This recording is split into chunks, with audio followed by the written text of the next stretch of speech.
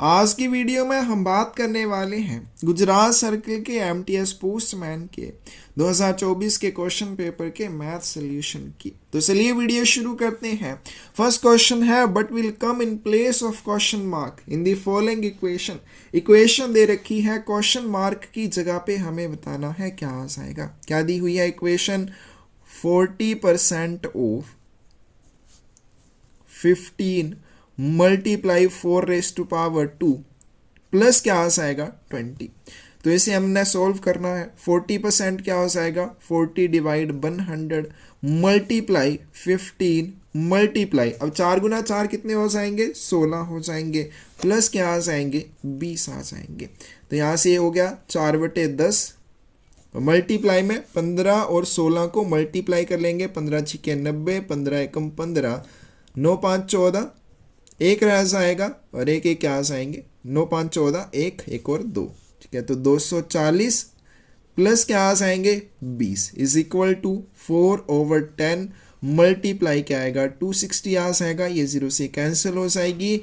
6 चौके 24, 2 रह जाएंगे, 4 दूनी 8 और 10 क्या हो जाएंगे 104। कौन सी ऑप्शन करेक्ट आ जाएगी आपके पास? ए ऑप्शन करेक्ट आ जाएगी।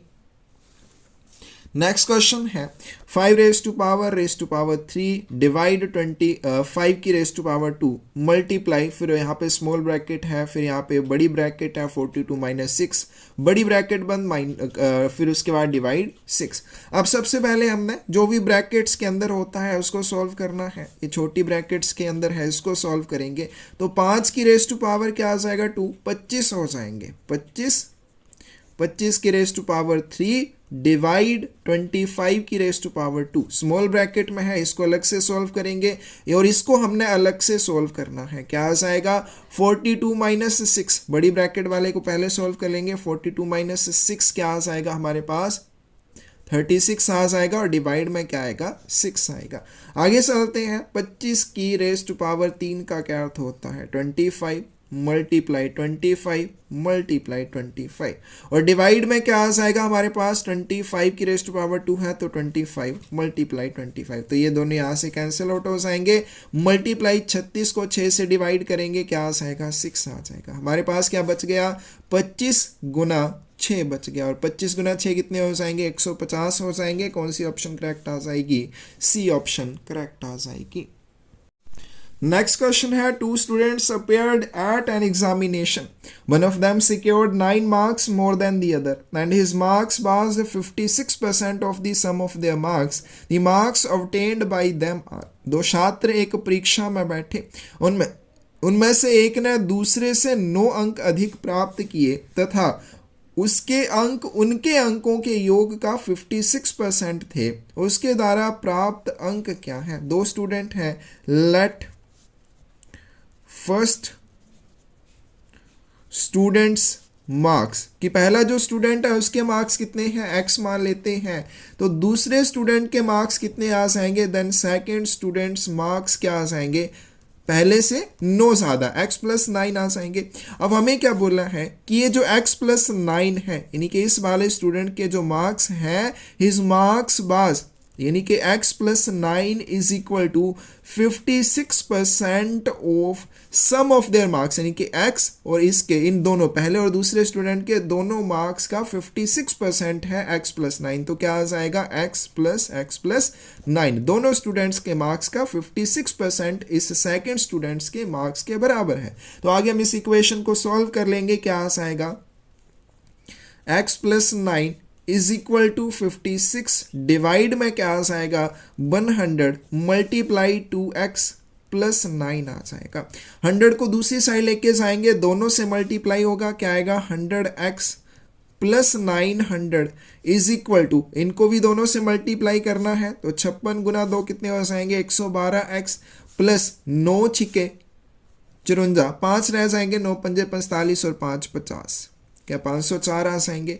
अब 100x को दूसरी साइड लेके जाएंगे, क्या बच जाएगा 12x इज इक्वल टू 900 - 504, क्या आएगा 12x इज इक्वल टू 900 - 504।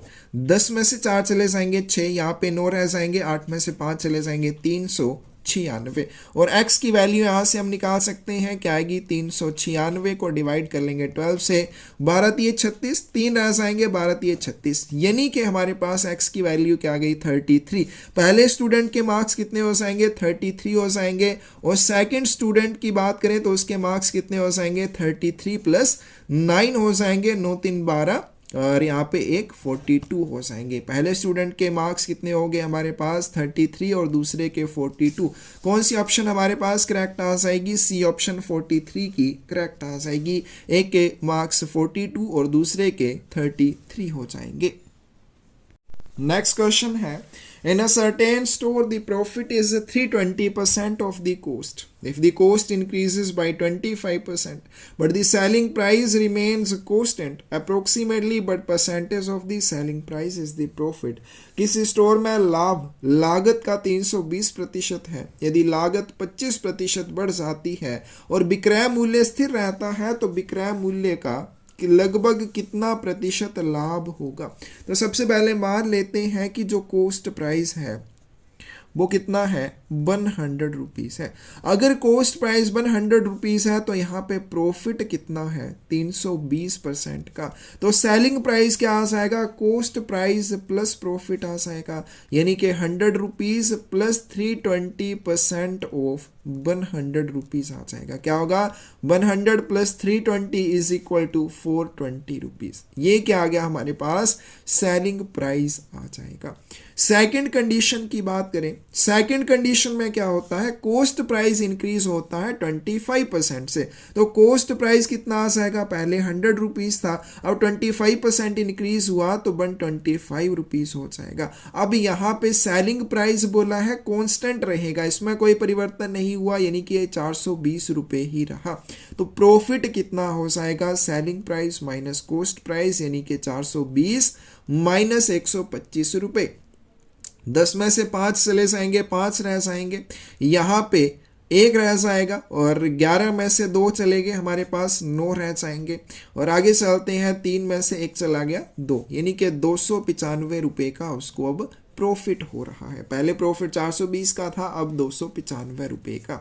अब क्वेश्चन में क्या पूछा है, but percentage of selling price is the profit. मान लेते हैं let X% of selling price, जैसे क्वेश्चन में दिया वैसे लिखेंगे, लेट ठीक है परसेंटेज को मान लेते हैं कि X% हमने निकाला है, तो let X% of selling price is equal to profit. ये हमसे पूछा गया है कि सेलिंग प्राइस का कितना प्रतिशत प्रॉफिट है, तो इसको हम आगे सॉल्व कर लेंगे। क्या आ जाएगा X डिवाइड में 100, सेलिंग प्राइस कितना आ जाएगा हमारे पास, अब यहाँ पे इसको आपने ध्यान रखना है, सेलिंग प्राइस हो जाएगा ठीक है 420 रुपीज़, और बात करें प्रॉफिट की तो प्रॉफिट हो रहा है 295 रुपये का।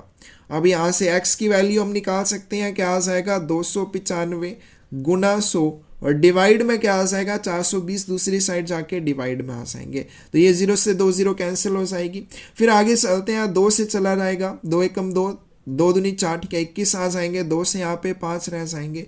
अब इन दोनों को मल्टीप्लाई करेंगे, 5 पंजे 25, 2 रह जाएंगे, 9 पंजे 45 और 2 47।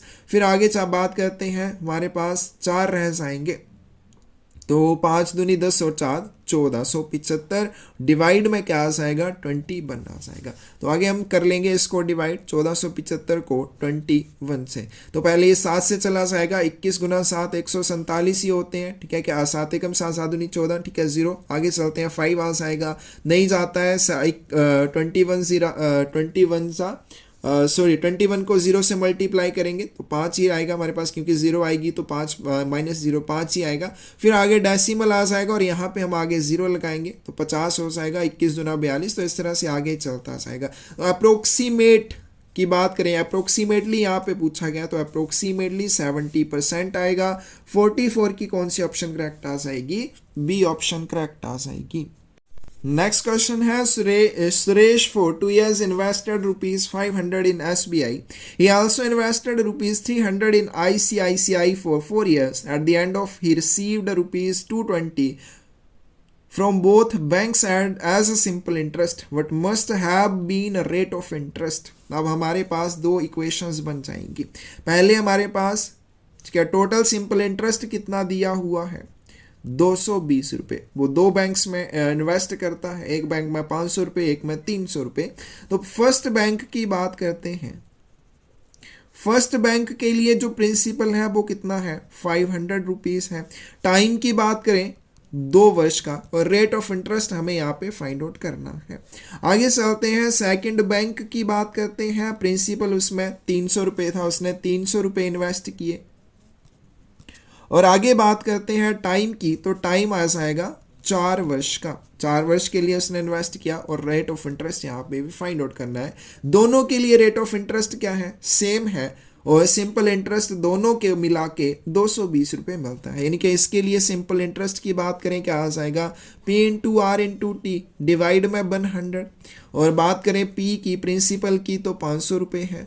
रेट ऑफ इंटरेस्ट हमारे पास R रहेगा। टाइम की बात करें तो 2 वर्ष आ जाएंगे, डिवाइड में 100 आ जाएगा। उसी तरह से अगर हम बात करें सिंपल इंटरेस्ट 2 की, इसको 1 मान लेते हैं, यानी कि दूसरे बैंक से उसको कितना सिंपल इंटरेस्ट मिला, तो ये भी क्या आ जाएगा, principal 300 rupees multiply rate of interest हमें निकालना है। टाइम की बात करें तो 4 वर्ष का, डिवाइड में 100 आ जाएगा। तो S1 या simple interest 1 plus simple interest 2 is equal to हमें दे रखा है 220 रुपये। यानी कि ये जो सिंपल इंटरेस्ट मिला और ये जो सिंपल इंटरेस्ट मिला, दोनों को मिलाकर उसे टोटल 220 रुपये मिले। तो इसको हम यहाँ पे पुट कर लेते हैं। S1 हमारे पास क्या है 500 मल्टीप्लाई R मल्टीप्लाई 2 डिवाइड में 100, प्लस सिंपल इंटरेस्ट 2 की बात करें 300 मल्टीप्लाई R मल्टीप्लाई 4 डिवाइड में 100 इज इक्वल टू क्या आ जाएगा 220 आ जाएगा। अब यहाँ से ये दोनों कैंसिल आउट हो जाएंगे। क्या आ जाएगा हमारे पास 5 दूनी 10 R प्लस क्या आ जाएगा 3 चौके 12, 12 R इज इक्वल टू 220 रुपये। और यहाँ से हमारे पास 22 R is equal to 220 rupees आ जाएगा। और R की वैल्यू यहाँ से क्या आएगी 220 डिवाइड में 22 कितना आ जाएगा 10% आ जाएगा। तो रेट ऑफ इंटरेस्ट कितना होगा 10% होगा। 45 की करेक्ट ऑप्शन आपके पास ए आ जाएगी। नेक्स्ट क्वेश्चन है, ए कैन ले railway track between 2 given stations in 16 days and B can do the same job in 12 days. With the help of C, they did the job in 4 days only. Then C alone can do the job in A 2 दिए गए स्टेशनों के बीच railway track 16 दिनों में बिछा सकता है। B उसी काम को 12 दिनों में कर सकता है। C की मदद से उन्होंने काम को केवल 4 दिनों में पूरा कर लिया, तो सी अकेले काम को कितने दिनों में पूरा कर सकता है। ए कितने दिनों में कर सकता है 16 दिनों में। बी की बात करें, बी इसी काम को 12 दिनों में पूरा कर सकता है। और सी की मदद से, यानी कि जब तीनों मिलकर काम करते हैं, इसी काम को वो सिर्फ 4 दिनों में खत्म कर लेते हैं। सबसे पहले सबका हमने एलसीएम निकाल लेना है। Let LCM is equal to total work की जो LCM निकलेगा उसको हम टोटल वर्क मान लेंगे। 16, 12 और 4 का LCM 2 से 8, 2 छिके 12, 2 दूनी 4, फिर 2 से चला जाएगा 3, 1 रह जाएगा, फिर 2 से चला जाएगा 3, फिर 2 से चला जाएगा, और फिर इस तरह से 3 दूनी 6, 6 दूनी 12, दूना 24, दूना 48, 48 यूनिट्स आ जाएगा। टोटल काम कितना आ गया हमारे पास 48 यूनिट आ गया। तो ए का एक दिन का काम कितना आ जाएगा एज 1 डे वर्क कितना आ जाएगा। अब ये क्या करता है 16 दिनों में 48 यूनिट्स काम करता है, तो एक दिन में कितना करेगा 48 ओवर 16, 16 3 48 यानी कि 3 यूनिट काम करता है। बी की बात करें तो इसका एक दिन का काम कितना आ जाएगा, तो ये क्या करता है 12 दिनों में 48 यूनिट काम करता है, तो डिवाइड में 14 आ जाएगा। तो 12 चौके 48 होते हैं, यानी कि एक दिन में ये 4 यूनिट काम करता है। अब देखिए हमें क्या निकालना है कि सी अगर अकेला काम करे तो कितने दिनों में इस काम को कर सकता है। यानी कि हमें सी के लिए निकालना पड़ेगा कि सी एक दिन में कितने यूनिट काम करता है। अब अगर हम ए और बी का निकाल लें कि ये दोनों एक दिन में कितना यूनिट काम करते हैं, तो सी का भी निकल जाएगा। यानी कि हम इन दोनों को ऐड कर सकते हैं। अगर इन दोनों को ऐड करेंगे तो ए और बी दोनों का एक दिन का काम निकल जाएगा, और बी सी का फिर यहाँ पे अकेले का काम बच जाएगा। तो यहाँ पे A प्लस बी की बात करें, दोनों मिलकर एक दिन में कितना काम करते हैं 3 यूनिट प्लस 4 यूनिट, यानी कि 7 यूनिट काम करते हैं। ठीक है, तो हमारे पास क्या आ गया A और B हमारे पास आ गया 7 यूनिट। और अगर हम बात करें A प्लस बी प्लस सी की, तो इनका एक दिन का काम कितना आ जाएगा, ये सिर्फ 4 दिनों में 48 यूनिट्स काम करते हैं, तो 48 डिवाइड में 4 आ जाएगा 12 यूनिट्स, यानी कि ए बी और सी मिलकर एक दिन में 12 यूनिट काम करते हैं, यानी कि 48 यूनिट काम को सिर्फ 4 दिनों में खत्म करते हैं। तो इसको इक्वेशन 1 मान लो, इसको इक्वेशन 2 मान लो। सबट्रैक्ट इक्वेशन 1 फ्रॉम इक्वेशन 2, हमारे पास क्या आ जाएगा, A plus B plus C is equal to 12 units minus A plus B is equal to क्या आ जाएगा, 7 यूनिट आ जाएगा, दोनों कैंसिल हो जाएंगे और यहाँ पे सी की वैल्यू आ जाएगी 7, 5 12 होते हैं, तो 5 यूनिट काम, यानी कि सी एक दिन में कितने यूनिट काम करता है, 5 यूनिट काम करता है। तो सी इस काम को अकेले कितने दिनों में पूरा कर सकता है, टोटल काम कितना है 48 यूनिट, और एक दिन में ये 5 यूनिट काम करता है, तो 48 डिवाइड 5 आ जाएगा। तो 48 को 5 से हम डिवाइड कर लेंगे, क्या आ जाएगा हमारे पास, 5 9 45 आ जाएगा, 3 बच जाएगा। कौन सी ऑप्शन करेक्ट आ जाएगी, 9 सही 3/5। कौन सी ऑप्शन करेक्ट आ जाएगी, 9 सही 3/5, 46 की आपके पास सी ऑप्शन करेक्ट आ जाएगी, यानी कि 9 सही 3/5 या 48 डिवाइड 5 डेज में वो अकेले इस काम को कंप्लीट कर सकता है। नेक्स्ट क्वेश्चन है, a man completes a journey in 10 hours, he travels first half of the journey at the rate of 21 kilometre per hour and second half at the rate of 24 kilometre per hour, find the total journey in kilometres. एक आदमी 10 घंटे में एक यात्रा पूरी करता है, यात्रा का पहला आधा भाग 21 किलोमीटर प्रति घंटा की गति से और दूसरा आधा भाग 24 किलोमीटर प्रति घंटा की गति से तय करता है, कुल यात्रा किलोमीटर में ज्ञात कीजिए। हमें क्या निकालना है, डिस्टेंस निकालना है। सबसे जब भी इस तरह के क्वेश्चन आते हैं, जैसे हमने अभी पहले भी क्वेश्चन किया, वहां पे हमने सिंपल इंटरेस्ट निकाला, एक चीज हमें हमेशा कॉमन दे रखी होती है, जैसे यहाँ पे टाइम दिया हुआ है कि दोनों के लिए वो 10 घंटे का समय लगाता है, यानी कि यहाँ पे सिंपल है T1 और T2 हम निकालेंगे, तो 2 हमारे पास टाइम आएंगे, पहले हाफ के लिए दूसरे हाफ के लिए, और वो 10 आवर के बराबर होंगे। तो इस तरह से ये क्वेश्चन करने होते हैं। जैसे हमने पहले किया, वहां पे क्या दिया हुआ था, इंटरेस्ट दिया हुआ था कि आपको दोनों बैंक से इतना इंटरेस्ट मिल रहा है 220 रुपए, तो वहां पे क्या निकाला हमने, S1 और S2 निकाला। इस तरह से ये क्वेश्चन करने होते हैं। तो लेट जो टोटल डिस्टेंस है उसको हम मान लेते हैं x किलोमीटर। अब x किलोमीटर टोटल डिस्टेंस है, तो फर्स्ट हाफ कितना आ जाएगा, फर्स्ट हाफ x/2 आ जाएगा, यानी कि आधा, और सेकंड हाफ भी क्या आ जाएगा, x/2 आ जाएगा। अब फर्स्ट कंडीशन की बात करते हैं। फर्स्ट कंडीशन में क्या आ जाएगा, डिस्टेंस x/2 किलोमीटर आ जाएगा। टाइम की बात करें, सॉरी स्पीड की बात करें, तो स्पीड है उसकी 21 किलोमीटर प्रति घंटा। और अगर हम बात करें सेकंड कंडीशन की, सेकंड कंडीशन में डिस्टेंस x/2 है किलोमीटर, और अगर हम बात करें स्पीड की, तो स्पीड क्या आ जाएगी हमारे पास, 24 किलोमीटर पर आवर आ जाएगी। ये हमारे पास आ गई 2 कंडीशंस। तो यहां से हम T1 निकालेंगे। T1 क्या आ जाएगा, टाइम क्या होता है, is equal to distance over speed होता है। डिस्टेंस कितना है, x/2 डिवाइड में क्या आ जाएगा, 21 आ जाएगा, इज इक्वल टू x/42 आ जाएगा। ये T1 आ गया। वहीं पे हम T2 निकाल लेंगे। T2 क्या आ जाएगा, x/2 डिवाइड में 24 आ जाएगा, यानी कि x/48 आ जाएगा।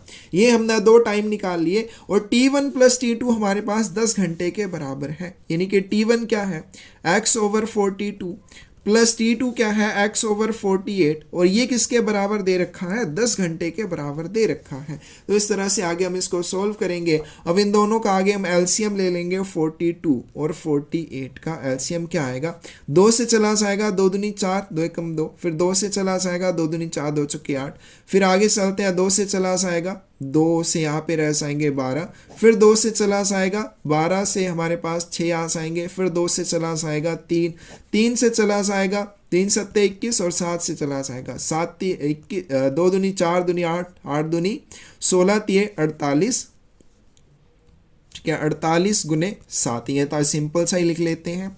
अब आगे चलते हैं, x ओवर 42 मल्टीप्लाई 48 मल्टीप्लाई 7। ठीक है, इस तरह से एलसीएम लेके इसको सॉल्व कर लेंगे। तो यहाँ पे 7 छिके 42 हो जाएंगे, 6 से 8 48 हो जाएंगे, प्लस क्या आ जाएगा x ओवर 48 मल्टीप्लाई 48 मल्टीप्लाई 7। ठीक है, ये एलसीएम वगैरह आपको आने चाहिए। ठीक है, ये मत बोलना कि ये कैसे हुआ, इतना तो आना चाहिए। तो क्या आ जाएगा, 48 से 48 कैंसिल हो जाएंगे, 7x बच जाएगा। तो यहाँ पे क्या बच गया, 8x plus 7x is equal to, अब इसको दूसरी साइड लेके जाएंगे तो 10 से मल्टीप्लाई हो जाएगा 48 मल्टीप्लाई 7, और यहाँ पे क्या आएगा 15x is equal to 10 multiply 48 multiply 7 आ जाएगा। और x की वैल्यू यहाँ से हम निकालेंगे, क्या आ जाएगा 10 मल्टीप्लाई 48 मल्टीप्लाई 7, और डिवाइड में आपके पास क्या आ जाएगा 15 आ जाएगा। तो इसको आगे हम सॉल्व कर लेंगे। ठीक है, तो यहाँ पे 5 से चला जाएगा, 5 से 15, 5 दूनी 10, और ये 3 से चला जाएगा, 3 एकम 3, 3 छके 18, क्या आ जाएगा 2 मल्टीप्लाई 16 मल्टीप्लाई 7। तो 16 दूना 32 गुने 7, 7 दूनी 14, एक रह जाएगा 7 21 और 22, यानी कि 224 किलोमीटर आ जाएगा। तो टोटल डिस्टेंस कितना हो जाएगा हमारे पास यहाँ पे 224 किलोमीटर हो जाएगा। एक्स की वैल्यू हमने यहाँ पे निकाली, देखिए एक्स को हमने क्या माना था, टोटल डिस्टेंस माना था, जो 224 किलोमीटर आया है। कौन सी ऑप्शन करेक्ट आ जाएगी, बी ऑप्शन हमारे पास करेक्ट आ जाएगी। नेक्स्ट क्वेश्चन है, tailor uses two metre 47 centimetre of cloth to make 1 shirt, how much cloth is needed to make 13 shirts. एक दर्जी एक शर्ट बनाने के लिए 2 मीटर 47 सेंटीमीटर कपड़े का उपयोग करता है, अगर उसे 13 शर्टें बनानी हो तो कितने कपड़े की आवश्यकता होगी।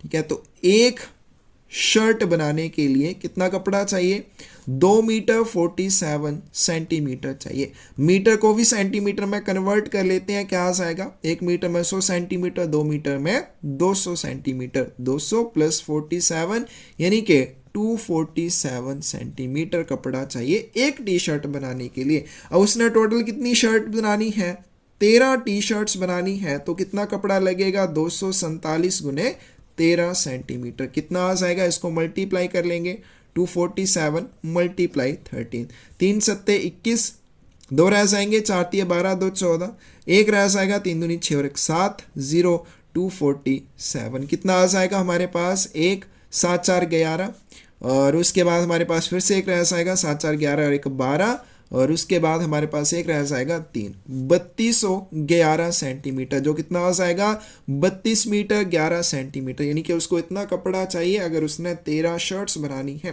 कौन सी ऑप्शन करेक्ट आ जाएगी हमारे पास, 48 की डी ऑप्शन करेक्ट आ जाएगी। 32 मीटर 11 सेंटीमीटर कपड़े की जरूरत उसे होगी। क्वेश्चन नंबर 49 है, average age of 7 family members is 75 years, but average age of 6 of them is 74 years 6 months. The age of the 7th family member, परिवार के 7 सदस्यों की औसत आयु 75 वर्ष है, लेकिन उनमें से 6 की आयु 74 वर्ष 6 महीने है। परिवार के 7वें सदस्य की आयु बताइए। तो total age of 7 family members, 7 family members की टोटल एज कितनी आ जाएगी, एवरेज एज मल्टीप्लाई कितने मेंबर हैं 7, कितनी आ जाएगी, 7 पंजे 35, 3 आ जाएगी, 7 सत्ते 49 और 3 कितने आ जाएंगे 52 आ जाएंगे, 525 वर्ष आ जाएगी।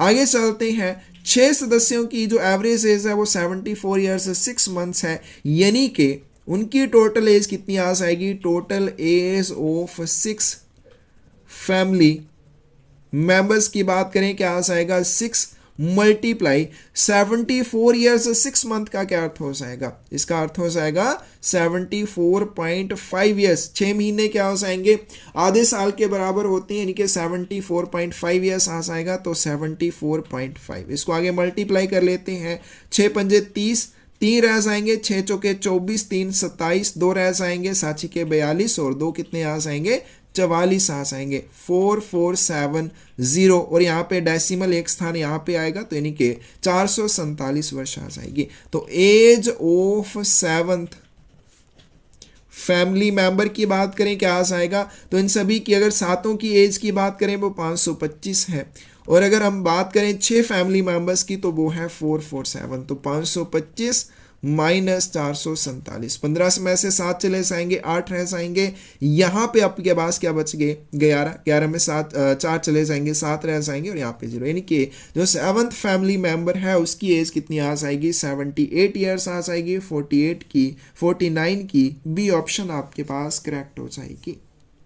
लास्ट क्वेश्चन है आज की वीडियो का। 2 bicycles were sold for ₹3,990 each, gaining 5% on one and losing 5% on the other. The gain or loss percent on the whole transaction is। अब मेरे पास दो साइकिलें थी, मैंने दोनों बेची और दोनों को 3990 रुपये पर बेचा। एक के ऊपर मुझे 5% का लाभ हुआ, दूसरे के ऊपर 5% की हानि हुई। मुझे ओवरऑल बताना है कि कितना लॉस या प्रॉफिट हुआ। तो फर्स्ट साइकिल की बात करते हैं। फर्स्ट साइकिल के अगर सेलिंग प्राइस की बात करें, दोनों में सेलिंग प्राइस सेम रहेगा, कितना है 3990 रुपये, और इसके ऊपर मुझे प्रॉफिट कितना हुआ, इसके ऊपर प्रॉफिट मुझे हुआ 5% का।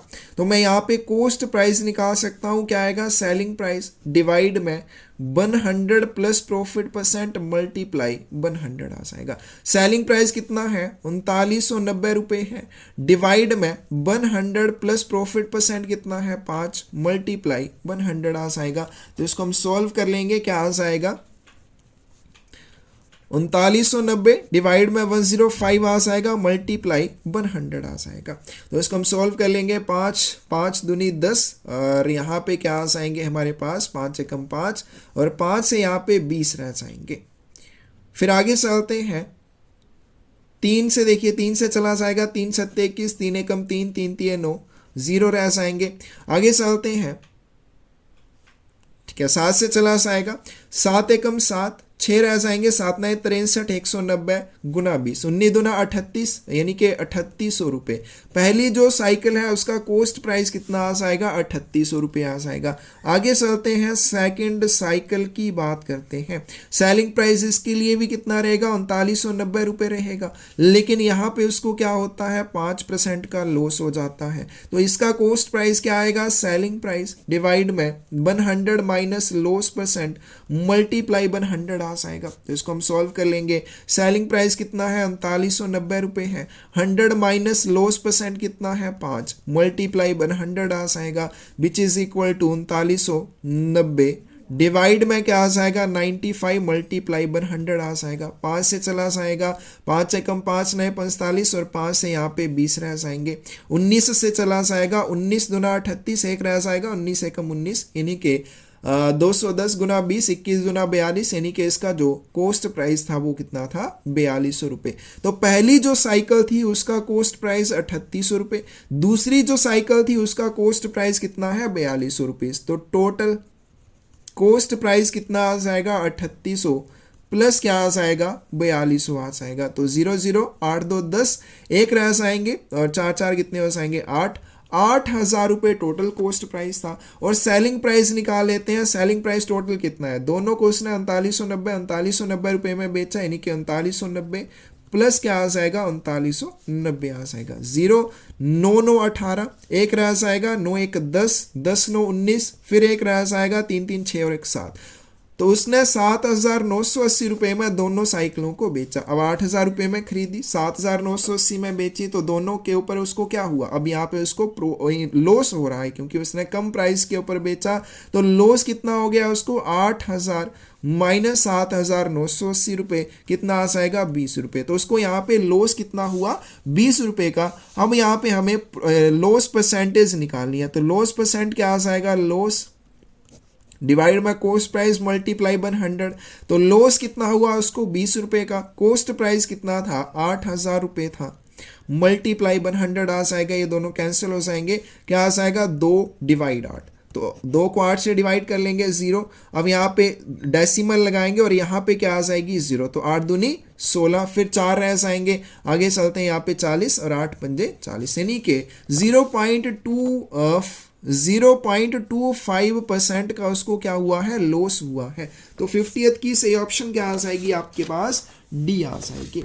तो ये था हमारे पास गुजरात सर्कल का एमटीएस पोस्टमैन का 2024 का क्वेश्चन पेपर, उसका मैथ सोल्यूशन। कोई भी डाउट हो कमेंट सेक्शन में आप पूछ सकते हैं। पोस्टल एग्जाम से रिलेटेड कोई भी बुक चाहिए, डिस्क्रिप्शन में साइट का लिंक मिल जाएगा, वहां से आप परचेज कर सकते हैं। धन्यवाद।